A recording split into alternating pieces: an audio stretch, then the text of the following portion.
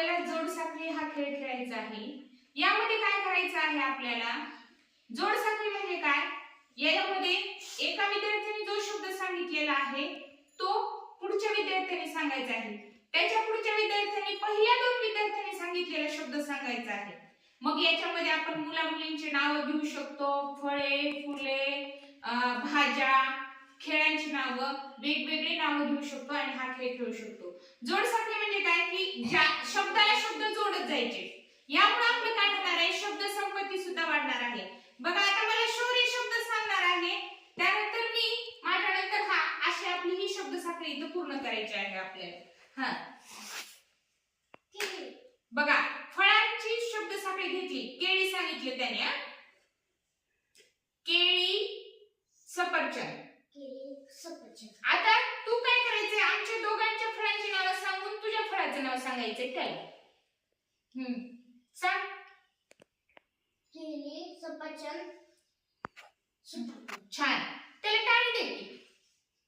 केळी आहे पासांतने कसं सांगायचंय बघ, कर हात, केळी, सफरचंद, सीताफळ। हा तू त्याला सांगायचं आता आमच्या दोघांच्या फळांची नाव आणि तुझ्या फळाचं नाव सांग त्याला। हा सांग। सफरचंद, सीताफळ, अननस। छान, सफरचंद, सीताफळ, अननस। तू आता ह्या दोघांचे तिला सांगायचे, सीताफळ, अननस, आंबा। Very good. हा तू ह्या दोघांचे आणि तुझं, अननस, आंबा, रामफळ। छान, आंबा, रामफळ, पेरू। हा आता तू ह्या दोघींच्या फळांचे नाव आणि तुझ्या फळाचं नाव शौर्यला सांगायचं। हा रामफळ, पेरू, तुझ्या फळाचं सांग, पपई। पपई। छान, आता त्या दोघांच्या फळांचं आणि तुझ्या फळाचं नाव मला सांगायचं तू, पेरू, पपई, केळी।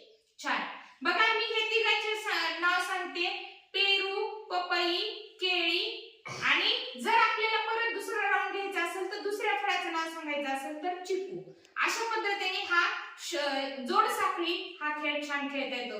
बघा या खेळामध्ये तुम्हाला वेगवेगळ्या गटातील नावांचा वापर करता येतो, मी सांगितलं तसंच।